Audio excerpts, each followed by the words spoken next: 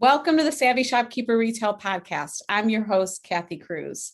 Today, I'm really happy to say that we are continuing with the Shopkeeper Story series.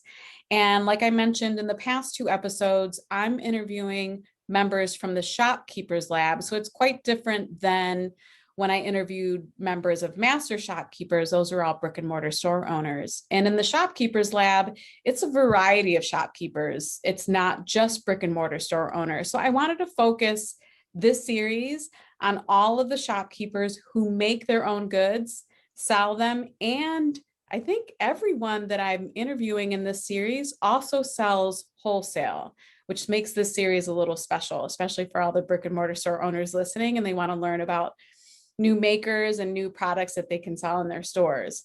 So today I'm really excited. It's almost like a special episode because I have my BFF, Katsie O'Neill. We met 33 years ago in high school. I know it was 33 years ago, right? No, we're not that old.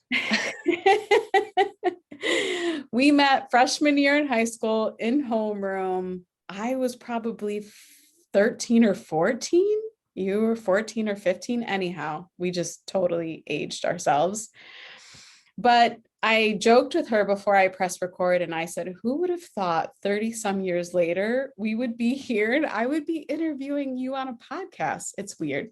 But I brought Katsie on and I specifically asked her to come on because similar to Brittany's journey, I've seen Katsie take somewhat of a hobby or something that interested her.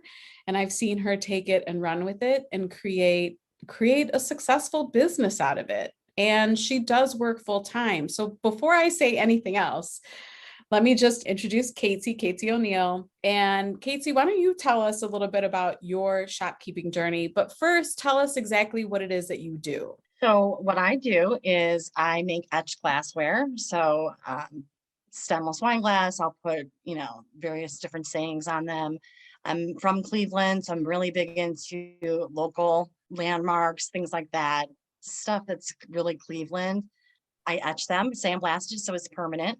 And then I also kind of expanded out to doing tumblers and stuff. I have a laser now, so I do some of both. So I do glassware, lanterns, posters, different kinds of things, frames, things like that. And then I also have tumblers, wine tumblers, and your coffee tumblers and stuff like that.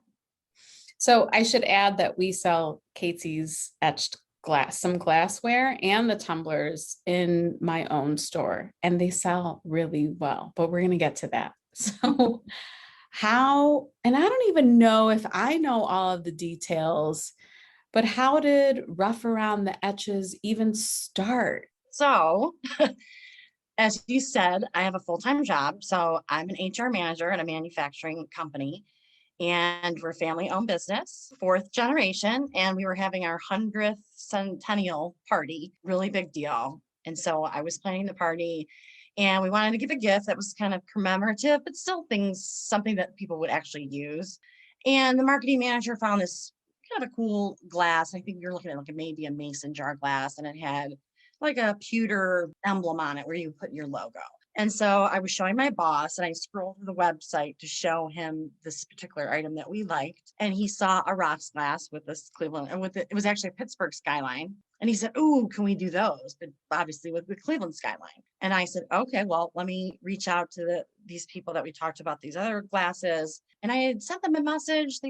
It took a little bit longer than I would have expected to get back to me. So I was looking on Etsy and I found someone also on Etsy and sent her a message, was still waiting. And I thought, I'm very impatient and I like instant gratification. So I said, let me look online and see what it would take to etch like a glass. And so I bought a Cricut. I got my little stencils going and I learned how to do it.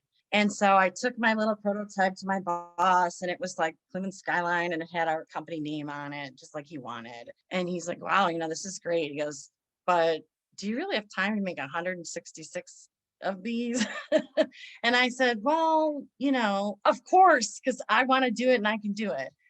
Well, in the meantime, the girl from Etsy got back to me and I came to my senses.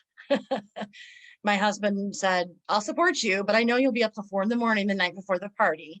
So I ordered them and I thought, oh, well, I know how to do this now. So I made centerpieces for the party, which was very fun. And then I don't know what made me do it. I had a couple extra rocks glasses because I had bought these rocks glasses to try. And I put it was the state of Ohio and like a Celtic knot, a Trinity knot, which is an Irish knot. And I put a picture on my Facebook. Hey, like, look what I made, kind of a thing. And someone instantly was like, I don't know, maybe probably November, early November.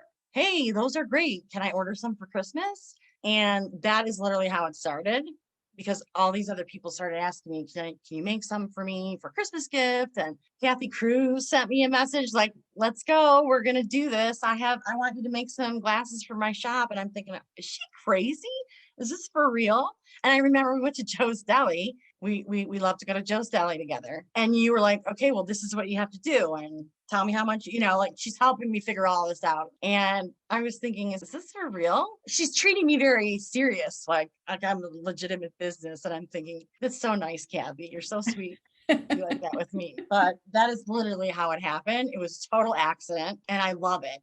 I love it. A lot of what I do is custom work, which really makes me happy because I love to see people's faces when they get their glasses. And I'm super, super OCD and I'll see, little things that I feel are imperfections and that most people won't notice because they're so excited that their design or their ideas come to life. And it's a special gift. And everybody loves something with their name on it or something that's more meaningful than just maybe something that you would just get. Right. So let's go back. Let's go back a bit. So you said it was November of what year? 2018.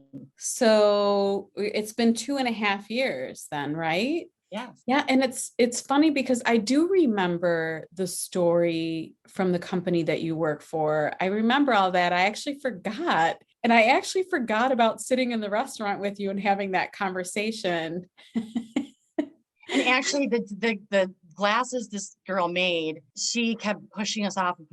And they like a small group of them arrived the day before the party. And I'm like sweating, like this is a big deal for us. And I said, they're finally here. And I gave it to my boss. I said, you open it up. And he opens it up. He goes, the F's missing in manufacturing. And I literally started bawling. He goes, don't be upset because I know you wanted to do this.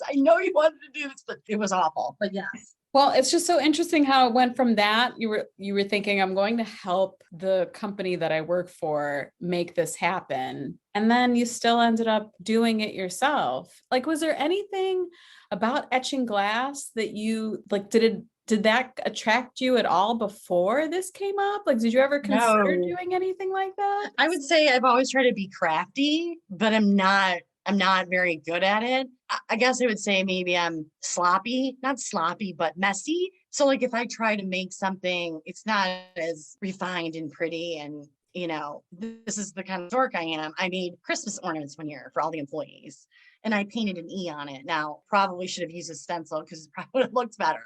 But I always wanted to do that kind of stuff. And I like doing that kind of like special things, but etching glass never even crossed my radar. Just an accident. I stumbled right into it and I really enjoy it. So now where do you sell direct to consumer? Is that mostly through Etsy and your website?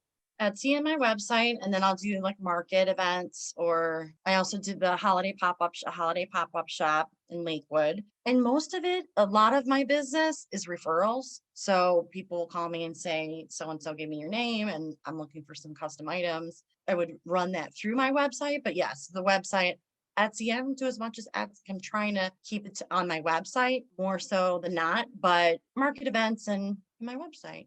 Yeah, no, for sure. Your website makes sense. That's where you're going to make the most money. Yeah, no, I would tell everyone that when someone says, "Oh, but I'll get more traffic on Etsy." I think having them both or being in several places is great, especially when you're first starting for the exposure. And then as you really start to grow, you slowly push everyone to your website. So the next question I have for you is, what percentage of your orders when you're selling directly to your customers, not wholesale customers, but what percentage of those are pre-made etched glassware that you make versus the custom? I would say probably 75% is custom. Wow. Okay. That was more than I thought. For some reason, I thought you were going to say 50-50, but I guess I kind of knew that, and it makes sense. It's probably what's so appealing. Like they get exactly what they want from you. And what did you learn? I know a little bit about this, but what did you learn along the way about setting up a system to do custom work? Because it's so different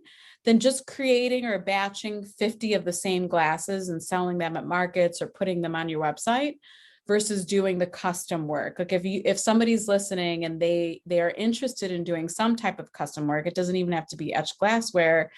What are the 5 things, or what's a short list of things that they need to think about before they start doing custom work? Well, so sometimes people want things that really aren't possible. So that's definitely something you kind of have to have in your mind, some boundaries where you understand when it's not worth it. And it's not that it's not worth it, but a lot of times if people have custom or they have a larger order, they immediately think, okay, well, I want some sort of a discount. So you just kind of have to think about what's entailed, how much work is going to be involved, and is it worth your time? And obviously, you need to focus also on what other jobs you have. Time management is really, really important. Not my strong suit, but working on that. So time management, what makes sense?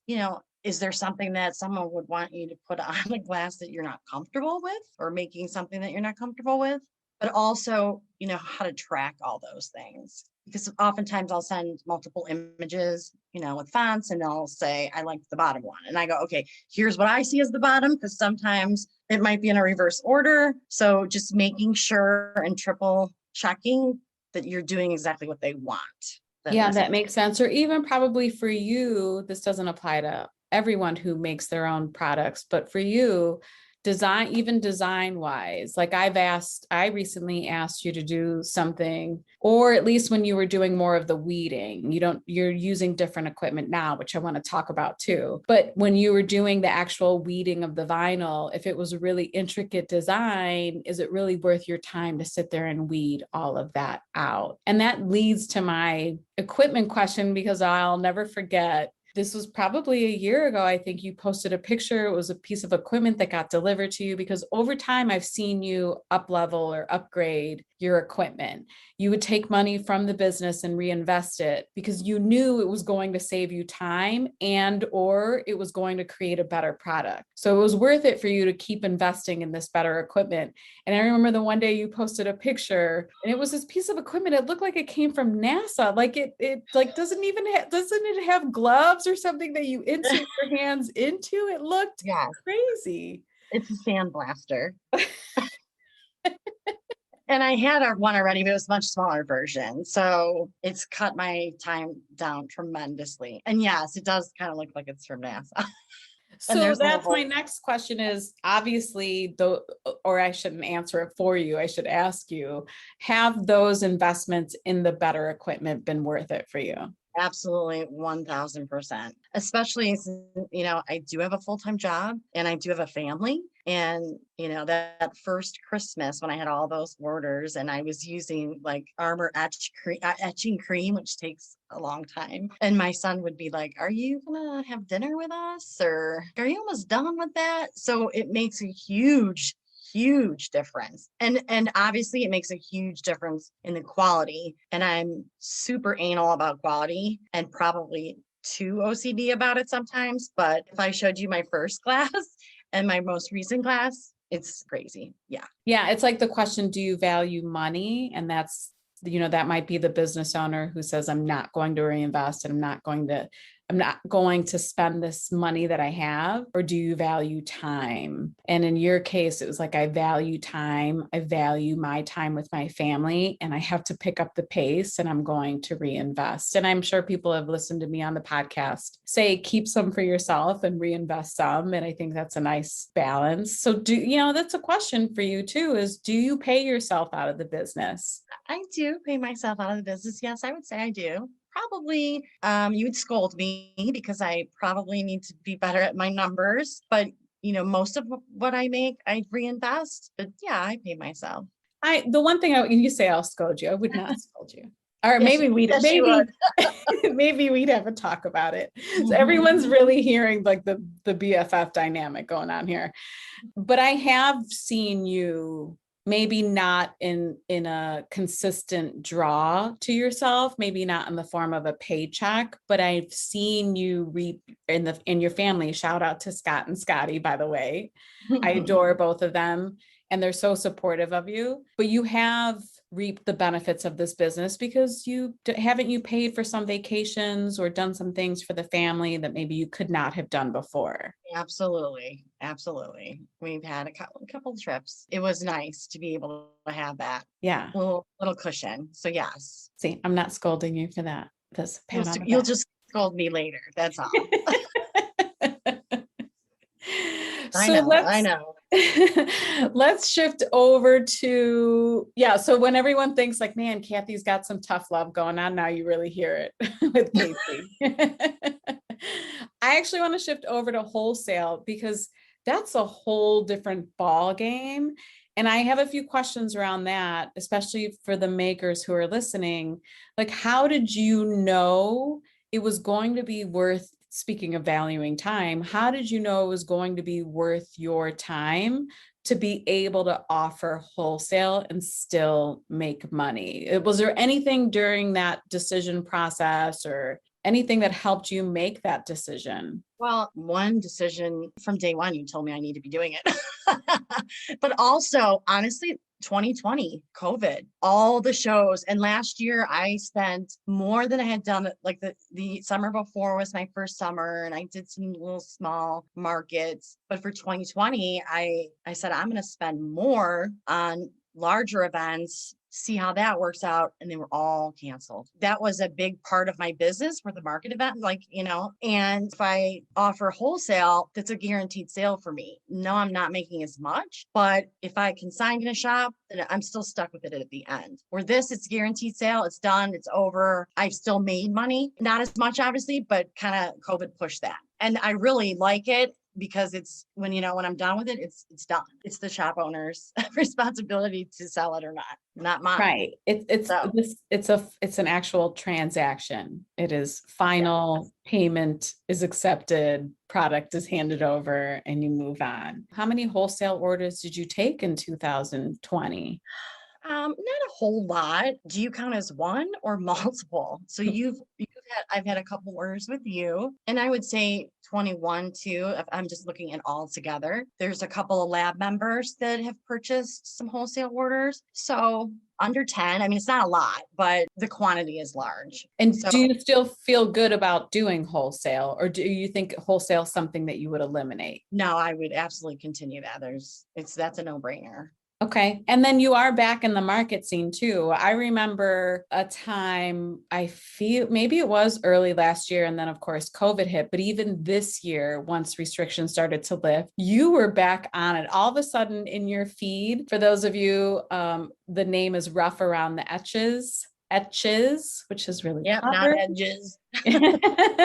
ETCHES. Follow on Facebook and Instagram, and the posts just started coming up one after another about another event, another event, another event. And that takes a lot of work, but it's also a really good way to get your name out there. How are you feeling now going into the market season, or in now that you're kind of probably in the middle of market season? How is that going for you? I will say one thing that I'm excited about. Cheer for me. I applied for the summer market. I guess it was 2 years ago, and I didn't get in. But I kept trying and I got in this year. So to me, I feel like it shows me how far I've come. And so I'm really excited about that. And the ones I've done so far were reschedules from last year. So they've been extremely, extremely profitable. Like I've done really well and it makes me excited. And at the markets, I'll get a lot of custom orders too. People will place orders at the market. And So for those listening, because it's not just a local podcast, like people listen worldwide, the summer market is a very big deal in terms of outdoor market events here in Northeast Ohio. It's curated, it's so well done. The woman who runs it has a big heart. There's a big charity aspect to it. And for those of us who apply to get into the summer market, because my sister and I applied years ago and we didn't get in the first year or two that we applied, and it was the same. The year that we did get in, we were ecstatic. And you kind of have to work at it. Your images, when you submit your images, they jury those. There's a certain aesthetic. They want to know that you have, you don't have to have a huge following, but that you're established enough to participate in the event. And it's a big deal when you get in. So I just wanted to mention that in case people are wondering, what's the summer market? You can follow them on Instagram too. That's coming up next weekend. Next weekend. And you were like, summer market, you're going to need to step up your game, girl. So I am working on it. I'm stepping it up. I'm excited. I love how you're telling all of the listeners the truth. You're not holding back. Do you expect anything else? That's why I'm rough around the edges, because I'm kind of rough around the edges. So perfect. So where do you see rough around the edges going over? Where do you see it in the next few years? Big sigh. It's really funny because, I've had some personal things going on, lost my dad. It makes you think about what's important and putting things into perspective. And never in a million years would I have ever thought that this could be what it really is. I had someone tell me, refer to my glasses as my stupid glasses. And I thought, oh no, you're not going to tell me it's stupid, because I love it and I'm making money. I'm good at it. So where do I see myself in 5 years? Do I dare say it? I would love, hope my boss isn't listening. I would love to be my full-time gig. I don't know if you're surprised that I'm saying that, but I talked to someone who had a 30-year career, and he said, you know what, you'd be amazed how much time you have to spend on your business when you don't have your full-time job. Because I thought, whoa, that's a lot of income to replace. But as the time has gone on, I feel that I would be able to do that at some point. That's incredible. There you go, Kathy Cruz. That's incredible. Oh, I hope I didn't just jinx myself. No, it's good. It's different for all of us. I've asked in the Shopkeeper Story series so far, I've asked, it's different for everyone. And the thing I always say is, like, you do what makes you happy. If you want it to be a part-time career that you run out of your home, okay. If you want it to be a full-time career that you run out of a brick and mortar store, okay. If you want it to be a blend of things, it's okay. Just make yourself happy. And I can't agree. I've seen the challenges you've had over the past few years, and we're not going to cry on this episode. So I'm happy to see where you've taken this, and I'm even happier to see how happy it makes you. So Thanks. Can you tell everyone, where can they buy from you if they want to order glasses directly? Just, to consumer. Let's talk about that first. Where can they buy from you? So my website is Rough Around the Etches, etches.com. That would be where you could purchase from me direct. If someone wanted custom, they can just shoot me an email and I kind of start the process from there. I've had some customers, it's all email, some it's all phone. So it really just depends on what the customer is comfortable with. That would be my preferred method, would be rougharoundtheetches.com. Yeah, for sure. Good for you. Well done. And the question I didn't ask you is, you joined the Shopkeepers Lab and you actually even bought a ticket to attend the retreat. And you would think, as BFFs, that, you never came to me and said, I want a free ticket, or I'm going to do this. If anything, you would even go out of your way if we had conversations and you would say, I'm paying you for your time. And of course I would say no, as my 30 plus year BFF. No. But what have you learned from the lab or the academy, or just from listening to podcasts, whatever it is? Is there anything that you've taken out of it that's been helpful other than our one-on-one conversations? So first, when you mentioned the retreat, I wavered back and forth because I don't typically like to spend money on myself, and it was an investment. And my husband he encouraged me. And I thought, you know what, why wouldn't I do this? If it was I'm in HR, my full-time career, and there was a really great training, I would sign up for it, no questions asked. So that one, realizing that it's important enough and I'm worth enough to, spend that kind of money on myself because it'll only improve. Another thing that I've learned is my business is not stupid. It's a real business. It's not just a hobby. And it's always really nice to have a community to go to if you have really stupid questions or really, where you can just get honest feedback from people who've done it before or might be in the same boat as you. And I'm so excited about the retreat because I can't wait to meet people in person. I've always been outgoing most of my life, but as the older I get, I'm kind of like curling in when I should be curling out, if that makes any sense. I know you probably think that's crazy, but I'm looking forward to establishing closer relationships with people in the lab because I've had two of the people that ordered wholesale for me. They're both going to be there and I can't wait to meet them in person. So I love everything that you said about feeling empowered by your business and the goals that you have, and the connection is so important. And I think, we've all missed that over the past year or two. And yeah. I still need you to be the extrovert because I'm the total introvert. I better have some cocktails then. Oh, we'll have that for sure at the retreat. Okay. So for the brick and mortar store owners who are interested in your glassware and buying wholesale, where can they do that, or how can they do that? So I sell on Tundra if you want some sort of the standard products that I sell. But if you're looking for something custom, you can just shoot me an email to info@roughAroundTheEtches.com and we'll go from there. I can send you, my line sheet that'll have some information because I do a lot of locally inspired glassware. We'll custom that to any city, state, wherever you live. Yeah. I mean, I've even sent you a design for the city that we're in because the residents, the city, we're in Lakewood, Ohio, they're so loyal and they've lived there a long time, or even if they move away and they come back, they still want something to remember the city by.